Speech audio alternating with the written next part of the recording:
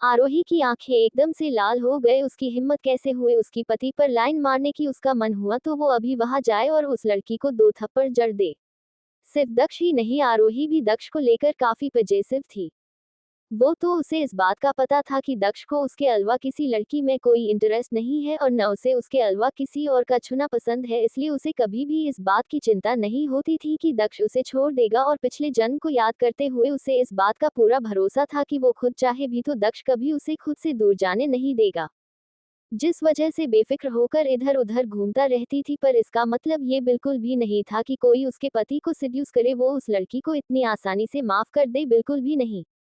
और जिस हिसाब से दक्ष अपने हाथों को खरोच रहा था, आरोही समझ गए थी कि पक्का उस लड़की ने दक्ष को वहां टच किया होगा। और ये सोचकर कि उस बेशर्म लड़की ने दक्ष को टच किया है, आरोही का खून खौल गया। पर आरोही अंदर जाती उससे पहले ही 2 बॉडीगार्ड्स वहां आए। उन्होंने बेरहमी से उस लड़की को पकड़कर खड़ा कर दिया। तभी तीसरा बॉडीगार्ड अपने हाथ में कैंची लेकर आया और उसने कसकर लड़की के हाथ को पकड़ लिया। ये देखकर उस लड़की के साथ आरोही भी बुरी तरह डर गए, पर वहां बैठे किसी लोग को कोई हैरानी नहीं हुए। अब उस रूम में उस लड़की की चीखें सुनाई से रही थी। वो इतनी दर्द भरी थी, किसी की भी रूह कांप गए। उस लड़की ने जिस हाथों से दक्ष को टच किया, वो बॉडीगार्ड्स बिना किसी इमोशन के उस लड़कियों के उस हाथ की उंगलियां एक एक करके बेरहमी से काट रहे थे। वही वो लड़की दर्द के मारे चिल्ला रही थी, उसे छोड़ने के लिए भीख मांग कर रही थी, पर किसी भी उसके चिल्लाने से कोई फर्क नहीं पड़ रहा था। वो सब बस बिना किसी इमोशन के वो नाचार देख रहे थे, जैसे ये उनका रोज का काम हो। फिर जब उस लड़की से वो दर्द बर्दाश्त नहीं हुआ, वो बेहोश हो गई। फिर भी बॉडीगार्ड नहीं रुका और अपना काम करता रहा। उसके बाद वो लड़की को वहां से ले गए। वही ये सब देखकर आरोही को आंख खौफ से फैल गई। भले ही उसे पता था कि दक्ष खतरनाक था, पर इतना कि उसने बस उस लड़की के टच करने से उस लड़की की सारी उंगलियां ही काट दी। अपने सामने इतने भयानक दृश्य को देखकर आरोही बुरी तरह डर गई थी। उसे अपने सेंस में वापस आने में काफी समय लगा। जब तक वो अपने होश में वापस आए तब तक सब कुछ साफ हो चुका था। लड़की वहां नहीं थी। फर्श पर गिरा हुआ खून भी साफ हो चुका था। कोई देखकर कह ही नहीं सकता था कि अभी थोड़ी देर पहले इस रूम में कुछ भयानक हुआ होगा। सब पहले की तरह नॉर्मल हो गया था। अफसोस, आरोही को उस लड़की को कोई हमदर्दी नहीं थी। आखिर उसने दक्ष को सिड्यूस करने की कोशिश की थी, फिर भी दक्ष को उसके साथ ऐसा नहीं करना चाहिए था। पर आरोही को पता था कि वो इसमें कुछ नहीं कर सकती थी। अगर उसने दक्ष से इस बारे में बात की तो दक्ष को बिल्कुल भी अच्छा नहीं लगेगा, क्योंकि उसे बिल्कुल भी पसंद नहीं था कि कोई उसके काम में रोक टोक करे या उसके बारे में कुछ कहे। ऊपर से इस मामले का आरोही से कोई लेना देना नहीं था, तो आरोही का कुछ बोलना सही भी नहीं था।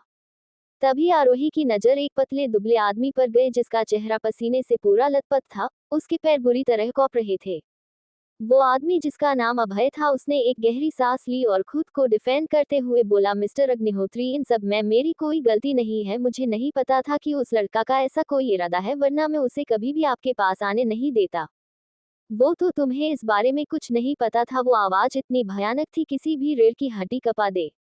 दक्ष की इतनी भयानक आवाज सुनकर अभय बुरी तरह डर गए। उसने जल्दी से अपनी नजरें झुका ली, क्योंकि दक्ष उसे अपने ठंडी आंखें से घूर रहा था। अभय जल्दी से मदद के लिए शौर्य की तरफ पलटा, बोला, शौर्य सर, सच में मेरी इसमें कोई गलती नहीं थी। मुझे सच में उस लड़की के बुरे इंटेंशन के बारे में कुछ नहीं पता था। शौर्य को भी यही लग रहा था कि दक्ष बहुत ज्यादा ओवरएक्ट कर रहा है, क्योंकि उस लड़की ने बस हल्का का उसे टच किया था और उसे उसके छूने से इतनी नफरत हो गई कि उसने उस लड़की की उंगलियां ही कटवा दी। मगर वो कुछ नहीं कर सकते थे, क्योंकि हर किसी को पता था कि दक्ष को लड़कियों से कितनी नफरत है। ये उसकी लापरवाही थी। जब उसे ये बात पता थी तो वो उस लड़की को यहाँ लेकर ही क्यों आया। शौर्य कुछ बोलता उससे पहले ही जो लड़का उसके बगल में बैठा था, मयंक, वो बोला, तुम शौर्य भाई की तरफ क्या देख रहे हो? क्या तुम्हें दक्ष भाई के रूल्स के बारे में पहले से नहीं पता था? फिर तुमने उस लड़की यहाँ क्यों बुलाया? इस बारे में सोचकर उस मयंक का खून खौल गया। सच में सारी गलती उसकी थी। उसकी वजह से सिर्फ दक्ष का मूड इतना खराब हो गया। इस आदमी ने वो किया था जो दक्ष को बिल्कुल भी पसंद नहीं था। लोगों से भरा कमरा डर से कौप रहा था, क्योंकि इस समय दक्ष नर्क के उतरे किसी शैतान से कम नहीं लग रहा था। वैसे देखा जाए तो इसमें सारी गलती उस लड़की की थी, लेकिन अगर वो ध्यान से इस बारे में सोचे तो अगर वो आदमी अभय उस लड़की को यहाँ आने ही नहीं देता तो ये सब नहीं होता। वैसे भी ये पहली बार तो नहीं था कि दक्ष ने कुछ ऐसा किया हो। पहले भी एक लड़की ने उसके करीब जाने की कोशिश की थी, तो दक्ष ने उसके परिसर के साथ उसे इस देश से बाहर फेलवा दिया था। तो आज उस लड़की ने उसे टच किया था, तो दक्ष का उसकी उंगली काटना कोई बड़ी नहीं थी। सच में ये लड़का काफी क्रूएल था। अभय को अपनी गलती का एहसास हुआ और वो दक्ष के पास गया और उससे दया की भीख मांगते हुए बोला, mister Agnihotri, I am sorry, मुझे समझ आ गया है कि इन सब में मेरी गलती है, मुझे आपके रूल के खिलाफ नहीं जाना चाहिए था। आपको दो भी इन लड़कियों के साथ करना है करिए, मैं कुछ नहीं बोलूंगा। उस लड़की जिसकी उंगली काटी गई थी, उसके अलावा भी वहां दो और लड़कियां थी। भले ही इसमें उसकी कोई गलती नहीं थी, पर उनकी ही गलती थी कि उन्होंने दक्ष के सामने आने की कोशिश की थी। वैसे भी वो चाहे भी तो कुछ नहीं कर सकता था, इसलिए उसने उन लड़कियों को दक्ष के हवाले कर दिया। उसे कभी कभी शक होता था कि दक्ष एक लड़का था भी कि नहीं, मतलब इतनी सुंदर लड़कियां उसके सामने खड़ी थी, फिर भी वो उनके साथ ऐसे ही पेश आ रहा था। ये शब्द सुनने के बाद लड़कियों को अपने कानों पर विश्वास ही नहीं हुआ। उनका पूरा चेहरा डर के मारे सफेद पड़ गया था। अभी जो थोड़ी देर पहले उस लड़की के साथ हुआ था, उस वजह से वो दोनों पहले से ही डरी हुई थी और अपने बॉस का जवाब सुनकर उनकी सारी उम्मीद जैसे चकनाचूर हो गई थी। उसने कभी नहीं सोचा था कि उसकी मौत इतनी भयानक होगी। फिर भी उन लड़कियों की इतनी हिम्मत नहीं थी कि अपने बचाव में कुछ बोल सके, इसलिए उसके पास बस रोने के अलावा कोई चारा नहीं था। तभी दक्ष, जो बेपरवाही से अपने हाथों को खरोच रहा था, वो अचानक से रुका और उसने दरवाजे की तरफ देखा। मयंक ने भी दक्ष की नजरों को फॉलो करते हुए दरवाजे की तरफ देखा और अपनी कड़क आवाज में बोलो, कौन है वहां, बाहर आओ। आरोही एकदम से सकपका गए। वो दक्ष को नजरों से बहुत घबरा गए थी, जिस वजह से खुद को संभाल नहीं पाए और जल्दी से अंदर आ गए। आरोही जैसी ही अंदर आए, रूम में जो घुटन महसूस हो रही थी वो एकदम से गायब हो गए। अभय हैरान हो गया था। वो दोनों लड़कियों भी बुरी तरह से चौंक गए। उन्होंने एक लड़की को रूम के अंदर आते हुए देखा, जिसके काले घने बाल कमर तक लहरा रहे थे। उसने सिंपल सी टॉप और जीन्स पहन रखी थी और उसकी स्किन बर्फ की तरफ सफेद थी और उसकी नीली आंखें वो समुद्र की तरह गहरी थी। वही मयंक की नजर जब आरोही पर गई तो उसकी आंखें छोटी हो गई और वो बोला, ये यहाँ क्या कर रही है। ओकोश, उसे दक्ष और आरोही के बारे में पता था। जब आरोही ने देखा कि दक्ष एकटक उसे ही देख रहा है, उसने एक गहरी सांस ली और बोली, हब्बी मैं आ गए, और ये बोलकर वो सीधे दक्ष की तरफ चली गए। इस तरह एक लड़की के वहां आ जाने से सब हैरान हो गए और वो उस लड़की की आइडेंटिटी के बारे में पता लगाने के लिए बिना रुके अंदाजा लगाने लगे।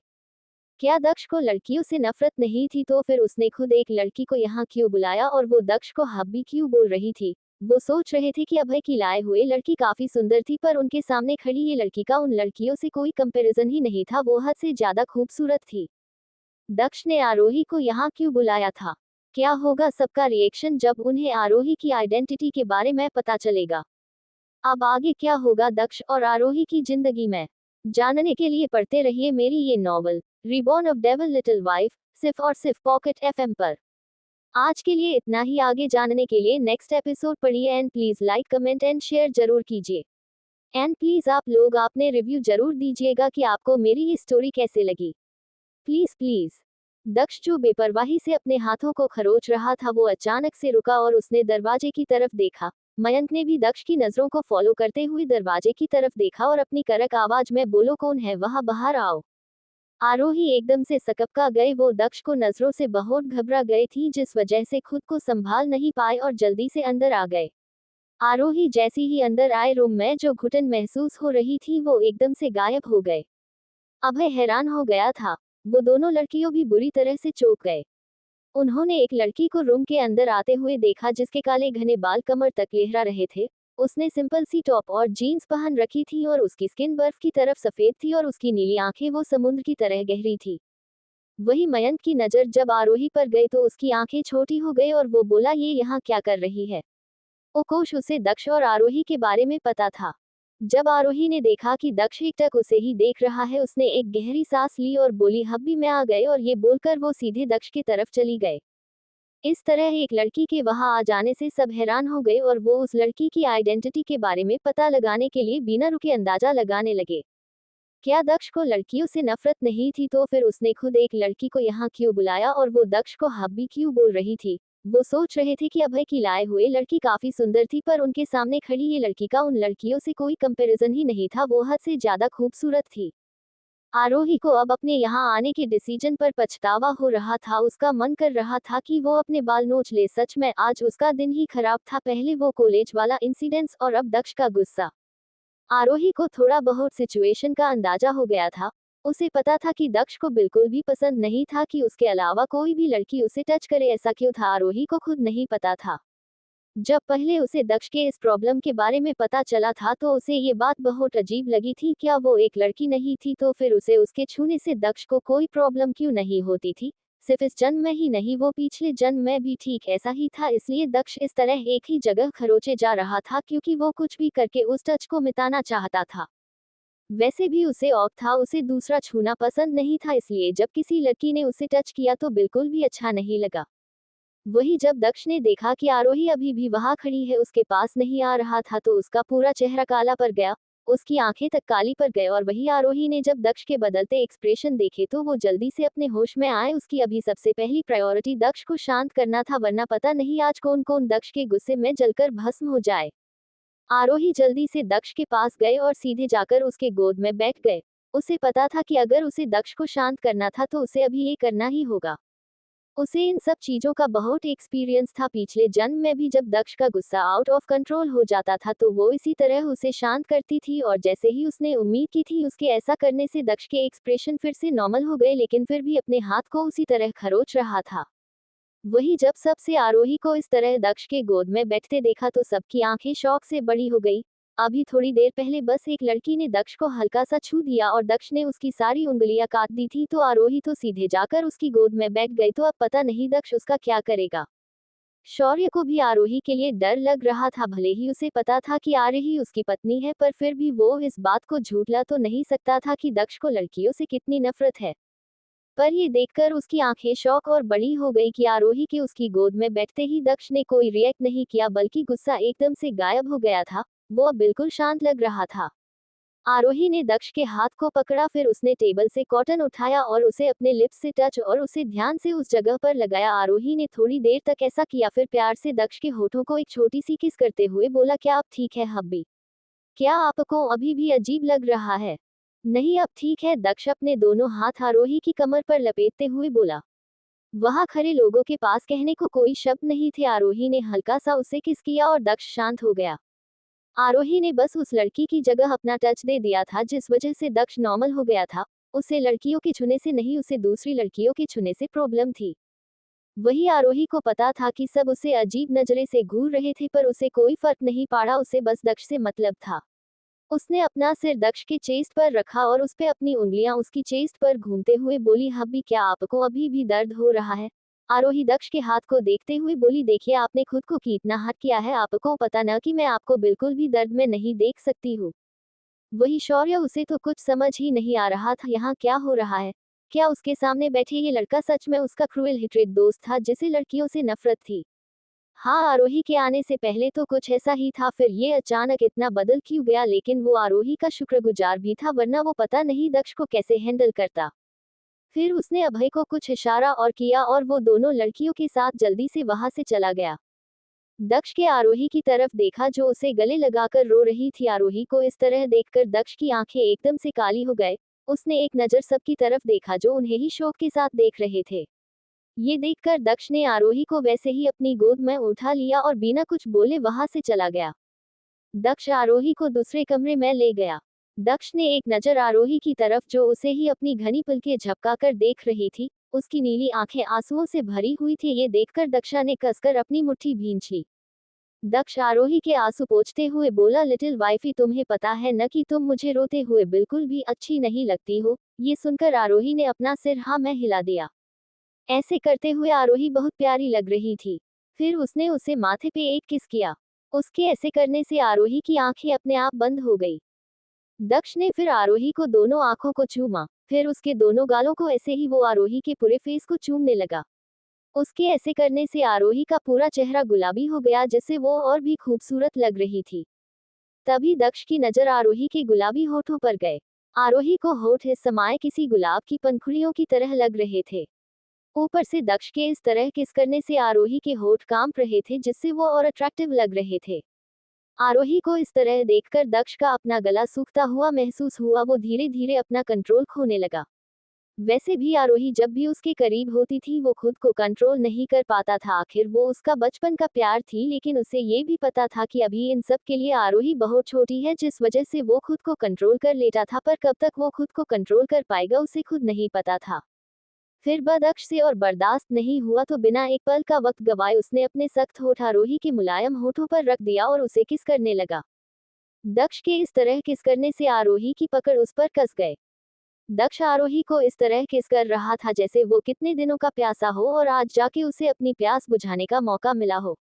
दक्ष आरोही की खुशबू से मदहोश होते जा रहा था। वो पूरी तरह अपना होश खो चुका था। समय के साथ साथ दक्ष की किस इंटेंस हो गए। आरोही भी उसका साथ देने की कोशिश कर रही थी पर वो उसके स्पीड को मैच नहीं कर पा रही थी। वो बहुत ही एग्रेसिव होकर उसे किस कर रहा था जैसे वो उसे पूरा का पूरा निगल जाना चाहता हो। फिर जब आरोही को सांस लेने में प्रॉब्लम होने लगी तो वो दक्ष को खुद से दूर करने लगी। पर दक्ष का उस पर कोई असर नहीं हुआ बल्कि उसने कसकर आरोही के दोनों हाथों को पकड़ लिया और उसे वैसे ही किस करता रहा। आरोही को तो ऐसा लग रहा था कि आज वो दम घुटने की वजह से मर जाएंगी।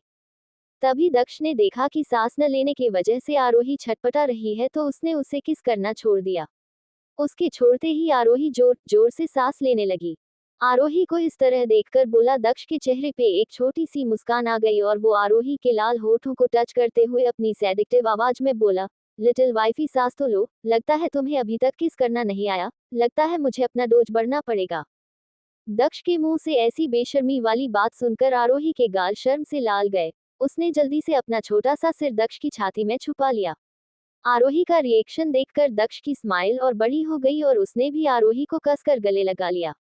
सच में आरोही उसका सुकून थी, एक वो ही थी, वो उसके अंदर को डेविल को शांत कर सकती थी। वो चाहे कितने भी गुस्से में क्यों नहीं, आरोही को देखकर उसका गुस्सा छूमंतर हो जाता था। क्या आप चाहते हैं कि मैं इसके आगे का भी रोमांस लिखूं तो जल्दी से कमेंट करें, जितने ज्यादा कमेंट होगी उतना ज्यादा रोमांस का पार्ट होगा। अब आगे क्या होगा दक्ष और आरोही की जिंदगी में जानने के लिए पढ़ते रहिए मेरी ये novel reborn of devil little wife, सिर्फ और सिर्फ पॉकेट एफएम पर। आज के लिए इतना ही, आगे जानने के लिए नेक्स्ट एपिसोड पढ़िए and please like comment and share जरूर कीजिए। एंड प्लीज आप लोग आपने रिव्यू जरूर दीजिएगा कि आपको मेरी ये स्टोरी कैसे लगी। Please please.